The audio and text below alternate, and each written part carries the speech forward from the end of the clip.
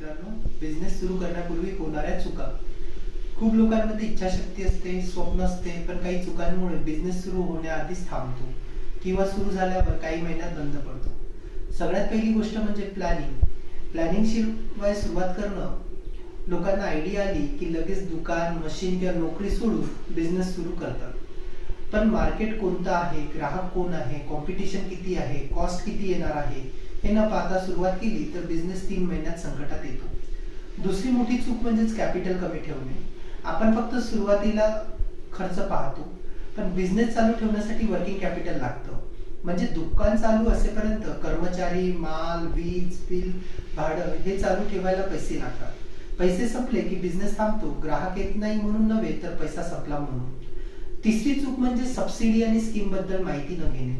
काही वेळा सरकार ट्रेनिंग, फायनान्स आणि सपोर्ट देते, पण लोकांना माहिती नसते, त्यामुळे ते फायदे घेता येत नाहीत. चौथी चूक म्हणजे मार्केटिंगला खर्च समजणे.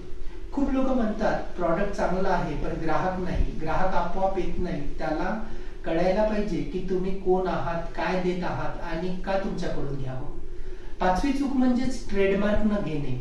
लोक ब्रँड बनवतात पण ट्रेडमार्क घेत नाही. नंतर दुसऱ्या कोणीतरी त्याचं नावानं ट्रेडमार्क घेऊन लीगल नोटीस पाठवतं आणि मग आपल्याला नाव बदलावं लागतं. बिझनेस सुरू झाला की ट्रेडमार्क विचारात घ्या, कारण नाव तुमची ओळख असते.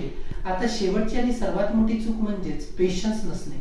बिझनेस म्हणजे आज सुरू केला आणि उद्या नफा मिळाला असा प्रकार नाही. थोडा वेळ लागतो.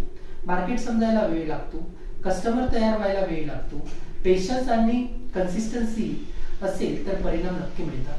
तर मित्रांनो, बिझनेस सुरू करायचा असेल तर प्लॅनिंग करा, पुरेसा कॅपिटल ठेवा, स्कीमची माहिती घ्या, ब्रँडिंग करा, तुमचा ट्रेडमार्क सुरक्षित करा आणि इम्पॉर्टंटली प्रयत्न सुरू ठेवा.